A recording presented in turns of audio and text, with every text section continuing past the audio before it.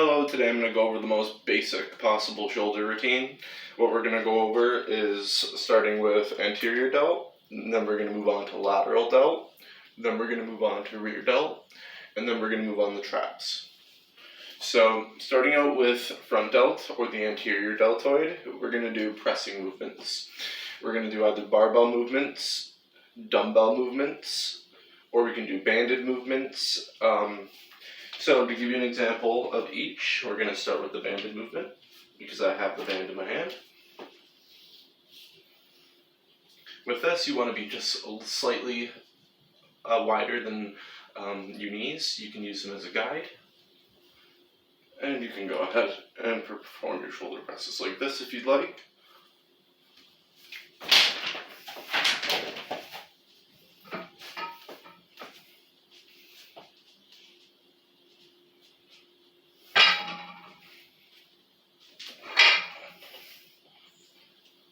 Like this if you'd like.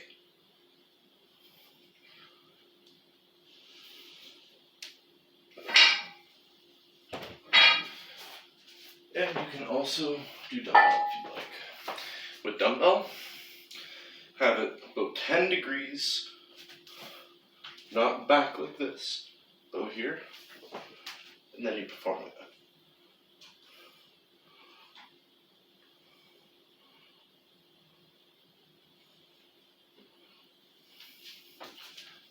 Which is my recommendation. I find if you go too low with them like fully 90 degrees, it's a little rough on the shoulders.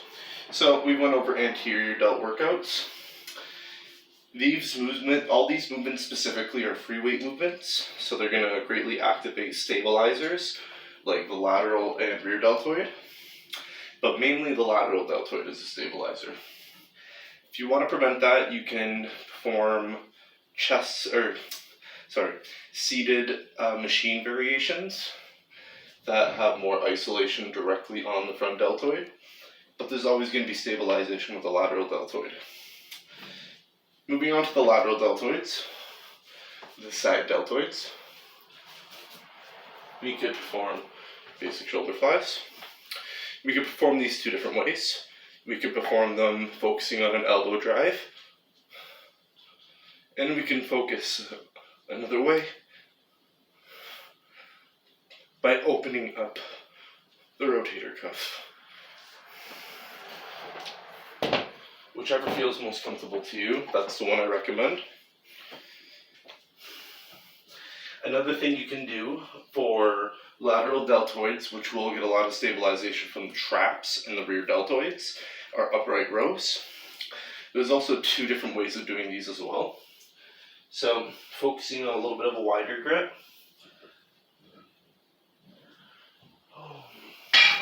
And an elbow drive.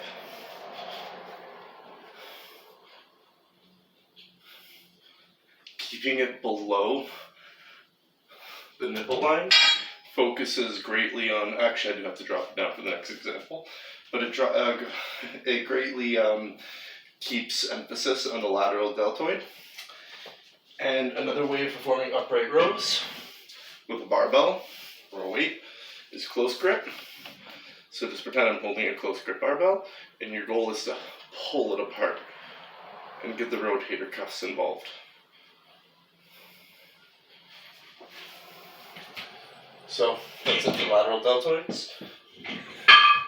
There are machine variations that focus on elbow drive, and there are also cable variations of shoulder flies and leaning flies, but those are pretty basic if you want to throw them into your routine. So next we're going to jump onto rear delts. The rear deltoids are worked a lot in upright rows where you include the rotator cuff. Okay? So the difference with the upright rows, if you're wide, you're just going about here. If you're going close, you're actually bringing it right up. And you're making sure you actually rotate your humerus. You're not trying to do that. You're rotating your humerus. Or if you do it with cables, rotate the humerus. Okay, so back to the rear delts. So we have different variations. we have a dumbbell variation of rear delt exercise, rear delt fly. So with these, get straight down.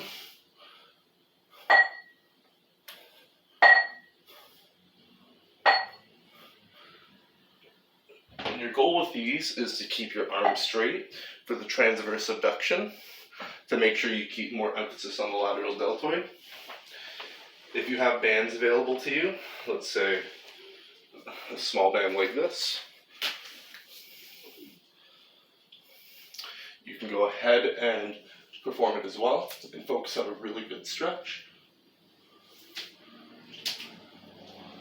Making sure you keep the transverse, or you keep the arm straight. Okay? If you have a big band, you can just grab it at any point that feels comfortable enough. Do the same thing as well. With the bigger bands, you're going to lose a lot of tension at the bottom range of motion. The weights there.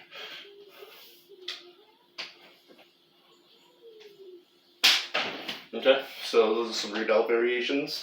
To show you an upright row or face pull variations, what matters most for face pulls is that you're rotating the humerus, as weird as that sounds. So, I'm going to have to spread my feet out. Using this as an example, you're rotating your humerus. If you're at a different angle, you're still rotating the humerus. Okay. So that's rear delts.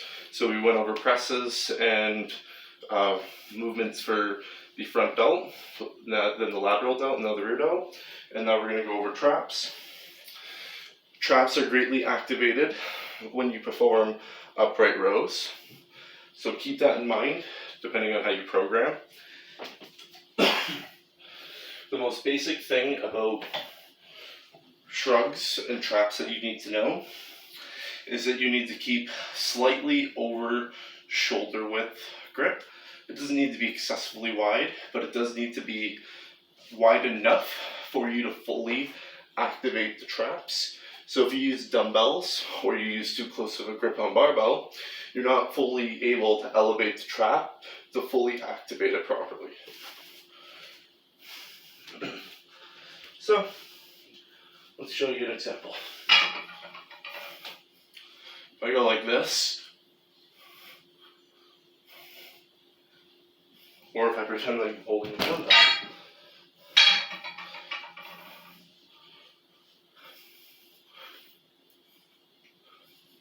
there is trap activation, but I'm not effectively going the full range that the muscle itself is able to elongate and contract to. So let's turn our hands wider. Then you can actually focus on the traps, fully stretching.